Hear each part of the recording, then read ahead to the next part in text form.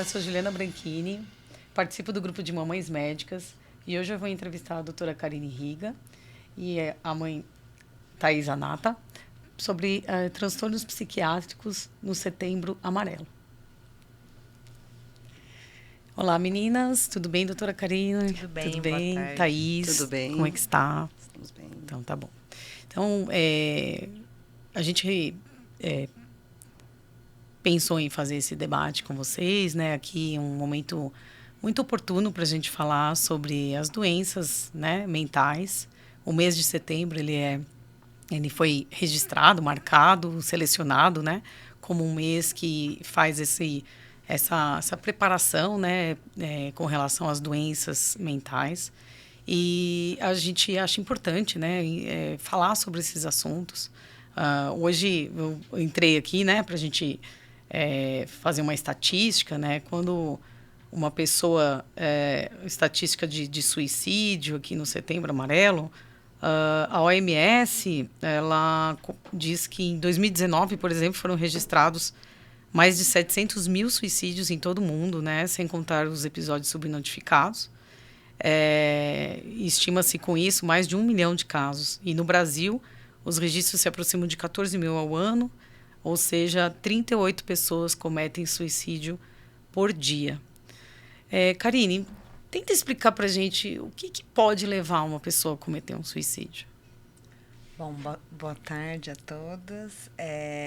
Primeiro ponto, quando a gente fala em suicídio, todo mundo vem à mente o quê? Essa pessoa estava deprimida? Eu acho que passa na cabeça de todo mundo, né? Será que essa pessoa tinha depressão, tinha algum transtorno mental, tinha alguma doença psiquiátrica?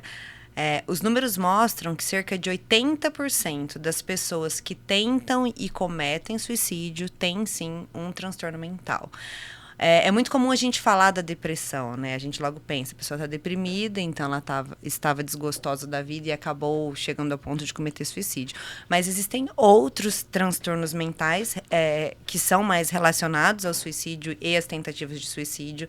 Então, a gente não pode esquecer do transtorno afetivo bipolar, do transtorno de personalidade borderline, uso de substâncias e também esquizofrenia. Em alguns casos, a gente consegue relacionar com essa tentativa de suicídio e o próprio suicídio em si. Então, tem essa relação. E a gente falar que tem essa relação e falar que 80%, então, desses casos tem algum transtorno, é favorável no sentido de pensar, então, é possível prevenir. Senão a gente fala assim, e aí, a pessoa tentou suicídio, tem alguma coisa para a gente fazer?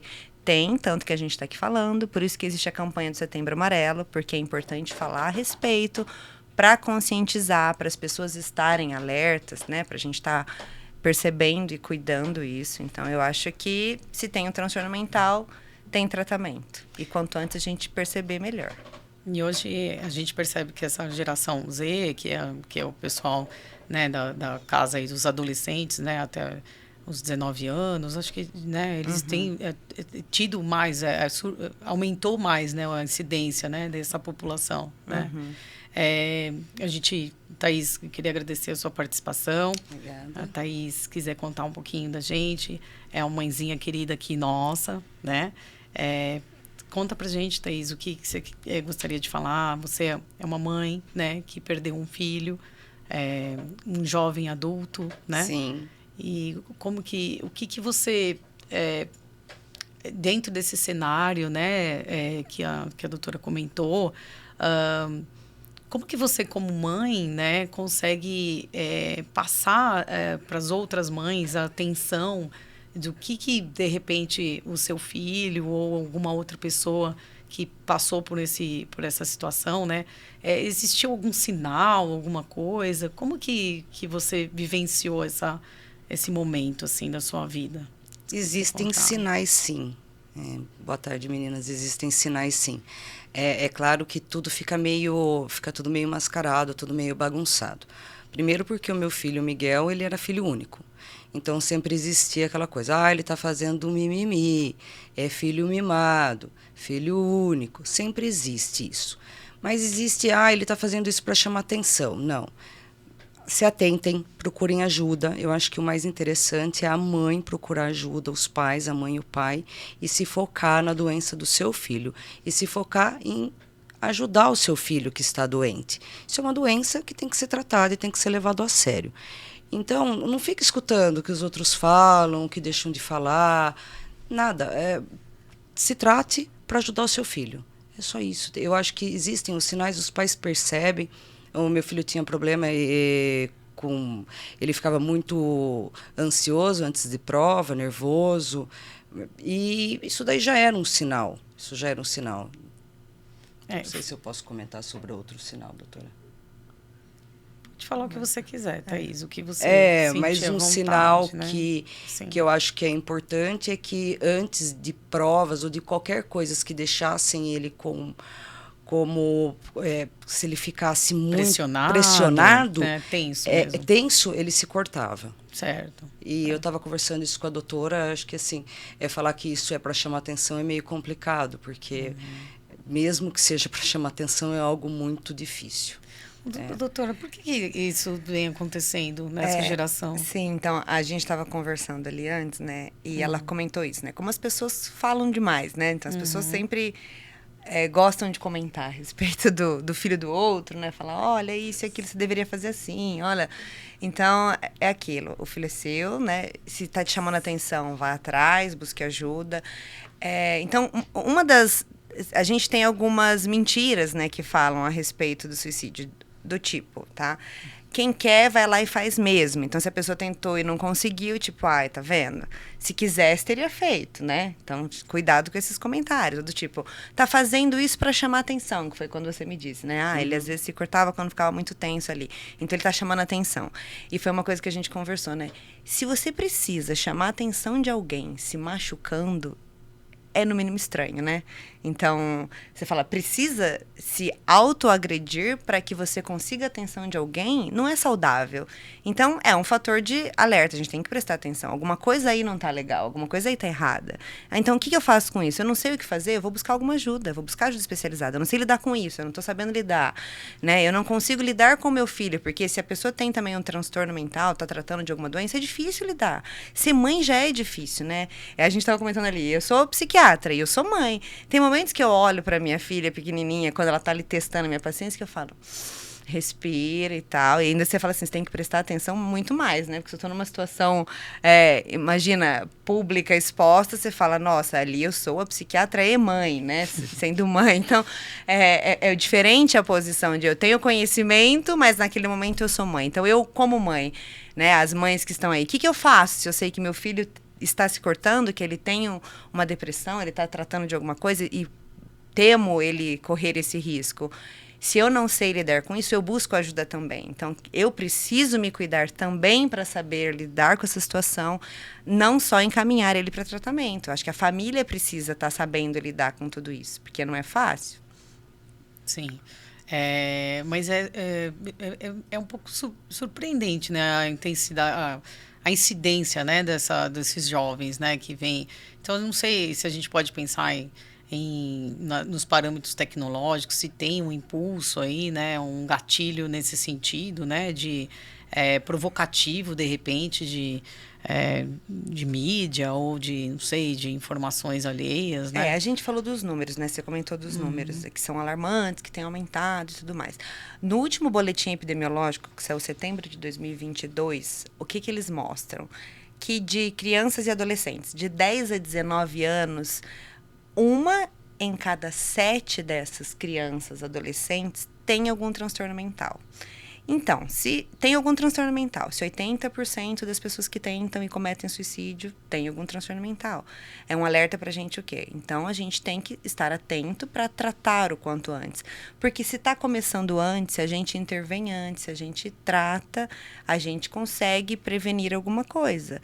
E aí, se a gente fala de fatores de risco, né? Quais são os fatores de risco? A geração hoje está diferente, né? Igual, tem aumentado o número de crianças e adolescentes que se cortam. O que a gente faz com isso? A gente não via isso antigamente, né? O que está acontecendo? Você já comentou dessa questão da geração Z, né? O que acontece hoje? O mundo está tecnológico. O celular veio para facilitar e para ajudarem muito. A gente é da época que a internet era discada, que a gente tinha que esperar. Eu lembro do ICQ para conversa, que era um negócio muito devagar.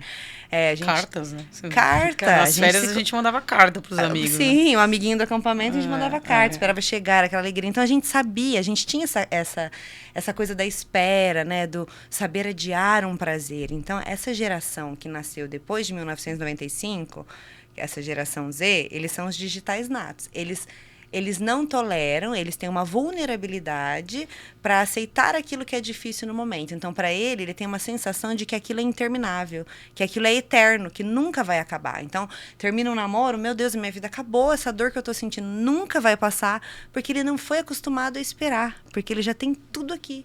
Então, você tem tudo pronto ali na sua frente, tudo muito rápido, essa coisa rápida. Como é que você adia o negócio? Então, esse sofrimento é aqui, tá bom, eu vou esperar isso melhorar. Eu espero 30 minutos, eu esperei 1 hora, não passou, meu Deus, é eterno, não acabou mais. Porque tudo que dura mais que isso, o vídeo não pode durar mais que, como é que a gente fala? 1 minuto. 1 minuto, se o vídeo dura mais que 1 minuto, ele já é entediante, a gente não consegue sentar e ficar parado mais do que isso. Então, isso, eu acho que também tem a ver, né, acaba que essa geração acostumada com essa coisa rápida, com a tecnologia, impacta nessa relação dele com o mundo. Então, como é que eu sinto esse momento? Então, para chegar, né, se a gente pensar, falando de suicídio, para uma pessoa chegar a esse ponto de tentar e cometer, essa mente está ali numa situação pensando que aquilo é intolerável, insuportável, interminável, imutável. Ele não vê saída para aquilo, né? Então, ele entra num desespero, então eu não estou vendo saída, eu não consigo enxergar lá na frente, porque eu não sou acostumado a isso, eu não sou acostumado a esperar, né, a adiar o prazer, a saber que tem um tempo. Eles não estão acostumados.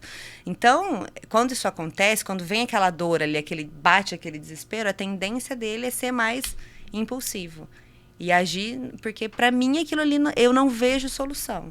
Então, se eu não vejo solução, fica mais fácil, eu não vejo solução. Então, a solução que eu tenho é essa, porque eu não consigo olhar e estimar, né, uma melhora, vislumbrar algo melhor lá na frente, porque esse lá na frente eu nem consigo enxergar. Se eles soubessem que não há mal que nunca acabe, nem bem que dure para sempre, né, porque nenhuma coisa nem outra, talvez eles seriam mais tolerantes a se propor a esperar uma melhora, né? O imediatismo é uma coisa difícil, Sim. né? Eu vi outro dia assistindo uma aula que nossos avós, um comparativo aqui, nossos avós eles tinham caráter, né? Depois os nossos pais tinham a personalidade e hoje nós somos, né, da geração do perfil. Então o perfil você pode ter 3 perfis ao longo do dia. Então, hoje de manhã eu estava na academia, meu perfil. À tarde, eu estou passeando com os meus filhos e à noite eu estou jantando com meu marido.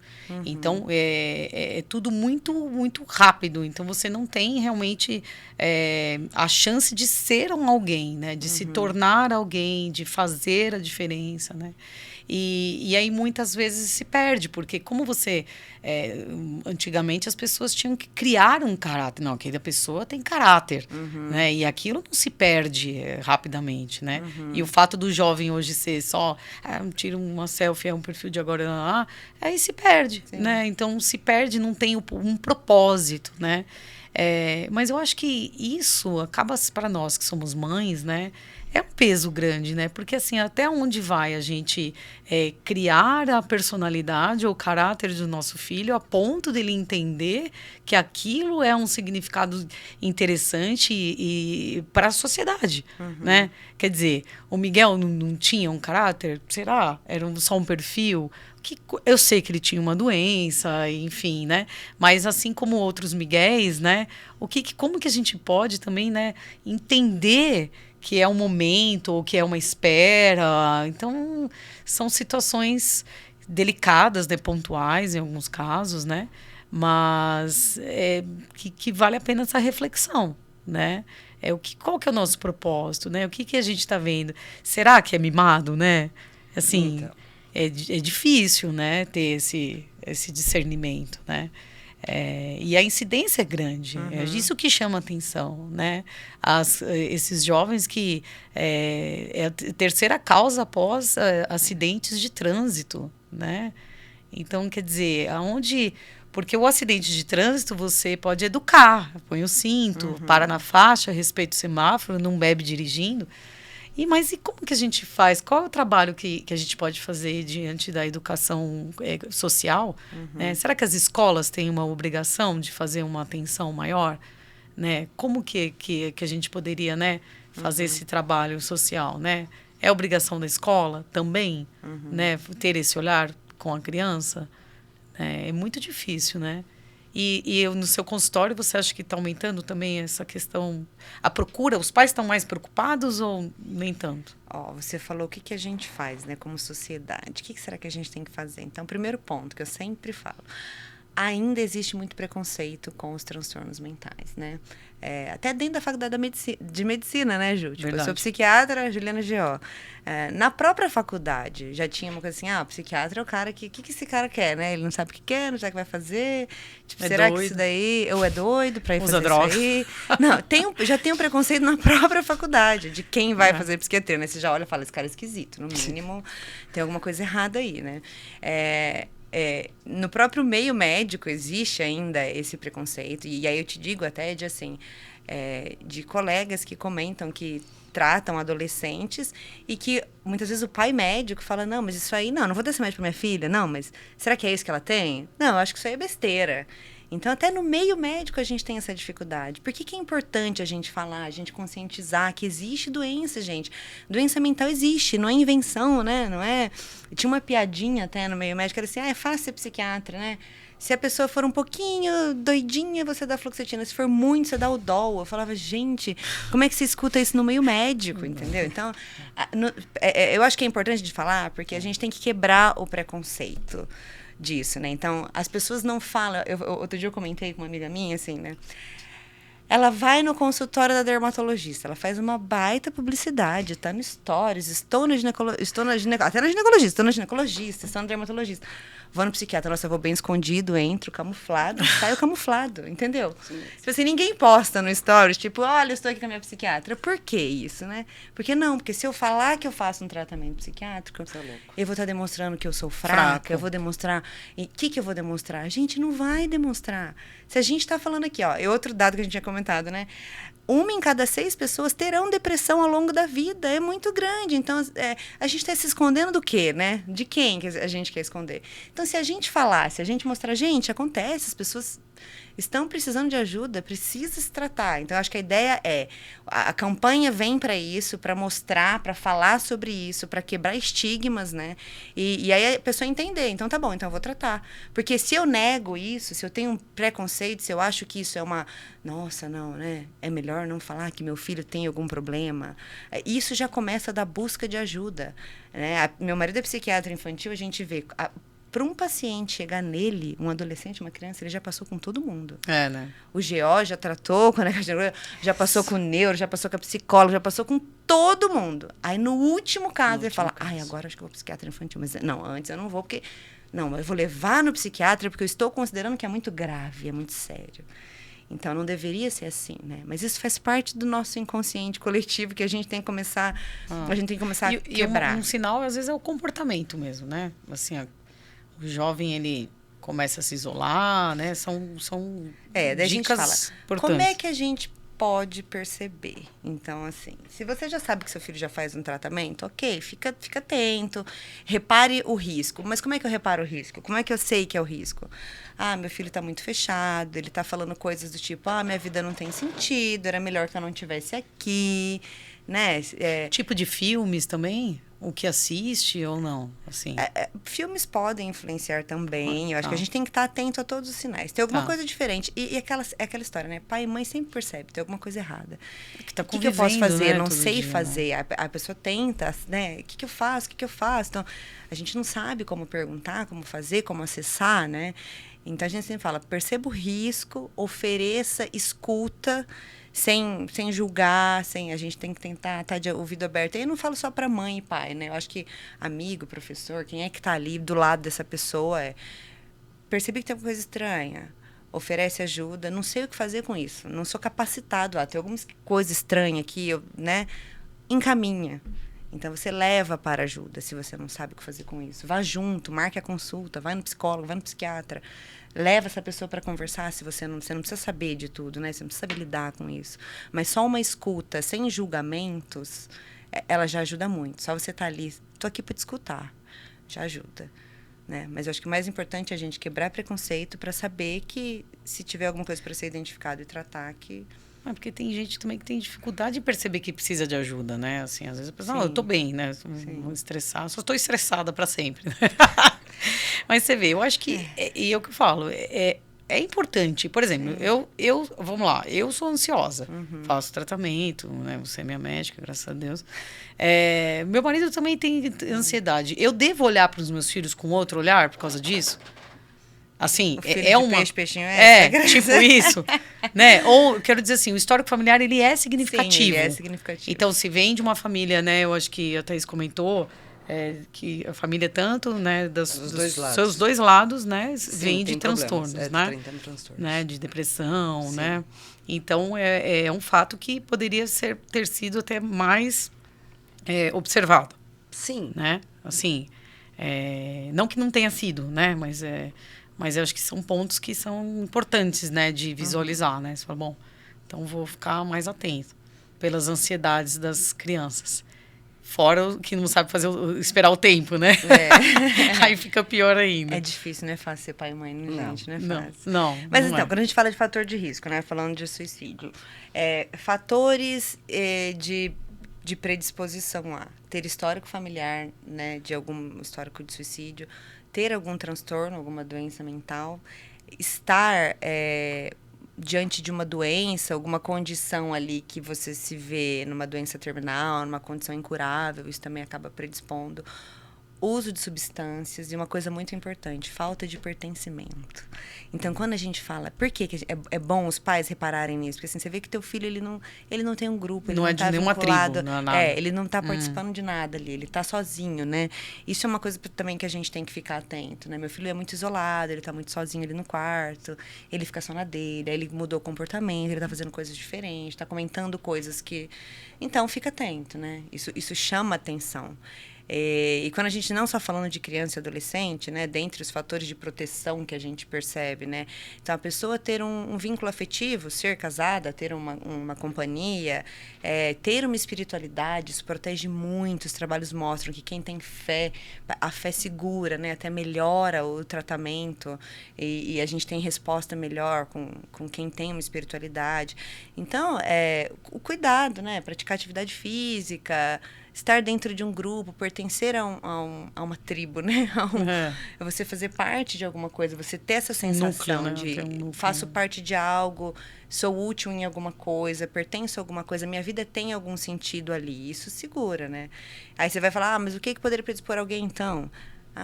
Na época da pandemia, quando a gente falava, né, o medo da economia, trabalho, né, estou desempregado, questões econômicas. Então, tem muitas variáveis, né? Tem questões sociais, culturais, tem lugares em que é até aceitável se você está passando por uma situação de vexame, de, nossa, ok, talvez foi melhor assim. Existe isso em alguns países, né? A gente sabe disso. Então, tem essas influências, né, sociais, genéticas, ambientais, que a gente tem que prestar atenção. São muitas variáveis, mas se a gente está com o olhar atento, a gente consegue ter esse feeling acho que eu posso oferecer uma ajuda aqui, posso tentar acolher aqui. A gente está atento em qualquer lugar que a gente está.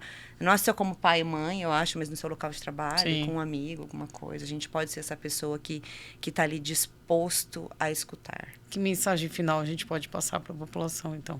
Posso perguntar? Pode. Uma pergunta? Doutora, no caso de um adolescente, que ele tem muitos amigos, muitos grupos, vamos por assim, mas está sempre se sentindo muito sozinho. O que significa isso? O que ele tem? Para você ver, é uma coisa interna dele, né? Então, quando a gente vai falar dos transtornos mentais, de personalidades, né? A gente até fala assim, a pessoa tinha depressão, estava deprimida. Eu sempre falo, se fosse só bater um diagnóstico, critérios para a depressão. Você pode até googar. O que fecha critério para a depressão? A pessoa tem que ter isso de sinal e sintoma.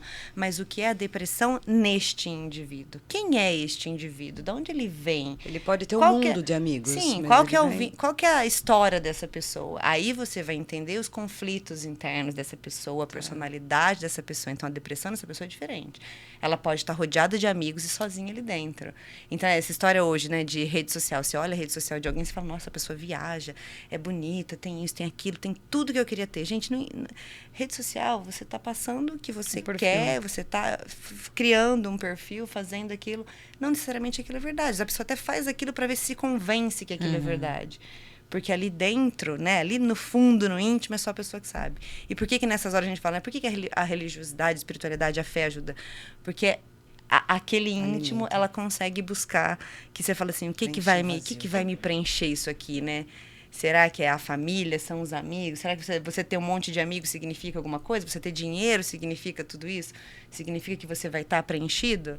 Né? Então, não quer dizer porque, não tinha família que apoiasse, não é isso, gente. Não, você pode não ter é a melhor carnal, mãe né, do também, mundo, você pode ter os melhores amigos, você pode ter, né, dinheiro, você pode ter tudo. Não é isso, né? É lá dentro. Sabe aquela história de o negócio é muito mais profundo do que a gente pode, às vezes, perceber. Mas se der sinais, eles soltam os sinais, né? É isso. Que eram umas frases assim que ele falava. Eu tô me sentindo sozinho. Eu falei, mas como você tá se sentindo sozinho? Você tem um monte de amigos, você tem seu pai, sua mãe. Eu não sei, é dentro de mim, é dentro de mim. Então, é como você falou de ficar sem grupo. Aí eu lembrei logo do caso dele, de ter muitos grupos, mas sempre estar se sentindo sozinho. Sim. Mas ele estava sozinho no meio de todo mundo, né? Você pode estar sozinho no meio de muita gente. Isso é... o que você gostaria de colocar aqui de importante numa mensagem final aí para nós que somos mães, para você que viveu? Eu vou deixar a mensagem que ele deixou. Quando eu falei exatamente isso, né? Que ele tinha tudo, o que faltava. Quem olha de fora não sabe o que se passa aqui dentro. Então, quem olhava para ele de fora, ele tinha tudo, ele estava super bem, saudável, bonito, inteligente. Porém, ele tinha essa solidão interna. Ele estava sozinho interno. Ninguém sabia o que ele sentia dentro. Todo mundo via ele em rede social, como a gente acabou de falar, festas, mas o interior dele estava triste. E você, doutora, o que a gente pode deixar de mensagem aí para depois desse relato tão forte? Eu acho que pensando em mães, né, já que a gente está no grupo das mães médicas aqui, todas somos mães, né, eu acho que é sempre aquilo, né, a gente sempre vai tentar fazer o melhor para o nosso filho. A gente muitas vezes estuda, lê o que eu faço, o que eu faço agora, eu tô mimando demais, né, devia apertar mais aqui, soltar mais ali, acontece alguma coisa, putz, a gente se sente culpado o tempo inteiro, mãe se culpa o tempo inteiro de tudo que acontece de certo, de errado. É sempre aquela história, é culpa da mãe, né? Então, eu acho que, assim, faça o melhor que você consegue dentro do que você consegue. Porque uma coisa importante também é você saber que cada um entrega aquilo que tem, né? Então, eu vou entregar o que eu consigo entregar como mãe, como cada mãe aqui, né? Então, e muitas pessoas têm muitos conflitos com pai e mãe, né? Agora falando dos adultos. Então, porque minha mãe foi assim comigo, tá? O dia que a gente entende que a nossa mãe foi o melhor que ela conseguiu ser, e você vai ser a melhor mãe que você conseguir ser dentro do que você tem, dentro do que você é, o resultado a gente nunca vai saber, né? Mas a gente está entregando o nosso melhor.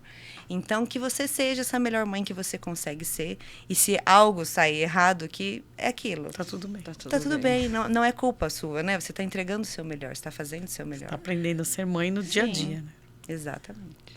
Gente, foi muito boa a conversa, muito enriquecedora. Eu acho que essa proposta de união de relato da mãe, da doutora, né?